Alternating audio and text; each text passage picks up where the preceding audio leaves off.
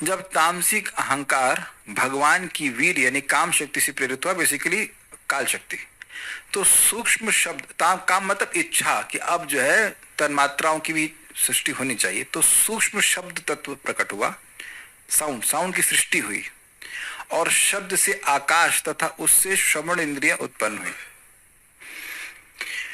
हाँ भाई, क्या गलती लगी कुछ? तो अब आपने सुना था कि कर्म इंद्रियां और ज्ञान इंद्रियां तो पहले उत्पन्न हो चुकी हैं, शब्द तो हो रहा है, लेकिन प्रभुपाद समझा रहे कि उससे श्रवण यानी शब्द से श्रवण इंद्रिय उत्पन्न हुई। ऐसा होता है?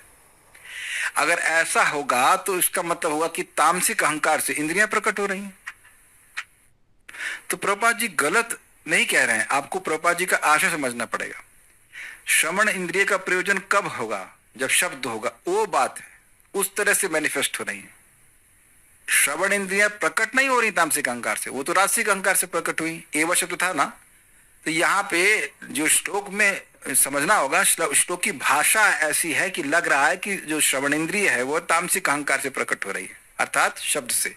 पहले सीक्वेंस समझिए, तामसिक अहंकार से शब्द तन मात्रा प्रकट हुआ, और शब्द से जो सूक्ष्म है उससे आकाश की सृष्टि हुई। आकाश स्पेस की भी सृष्टि होती है, और शब्द आकाश का गुण भी है। क्या समझ पा रहे हैं? तामसिक अहंकार लिखिए, तामसिक अहंकार मन में लिख लीजिए।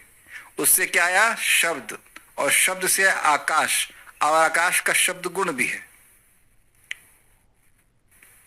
शब्द खींच लेंगे तो आकाश नष्ट, आकाश भी नष्ट होता है भाई। जब सृष्टि होगी तो नष्ट भी होगा कि नहीं होगा? It's very interesting. ये समझा गया। लेकिन तामसिक अहंकार से इंद्रियों की सृष्टि नहीं होती। अभी आपने पिछले श्लोक में पढ़ा, तो समझ में आना चाहिए कि प्रपात यहाँ पे क्या कहना चाहते हैं। कहना ये चाहते हैं कि सूक्ष्म भाई कोई श्रवण इंद्रिय है, उसका कोई ग्रहण विषय ही नहीं होगा, तो उसका मतलब क्या है? अगर श्रवण इंद्रिय का विषय ही नहीं है तो श्रवण इंद्रिय है श्रवण किसको करेंगे? तो ये तो इंटरडिपेंडेंट है ना। तो इसलिए कह रहे उससे श्रवण इंद्रिय उत्पन्न होती है। बेसिकली श्रवण इंद्रिय बिगिंस टू फंक्शन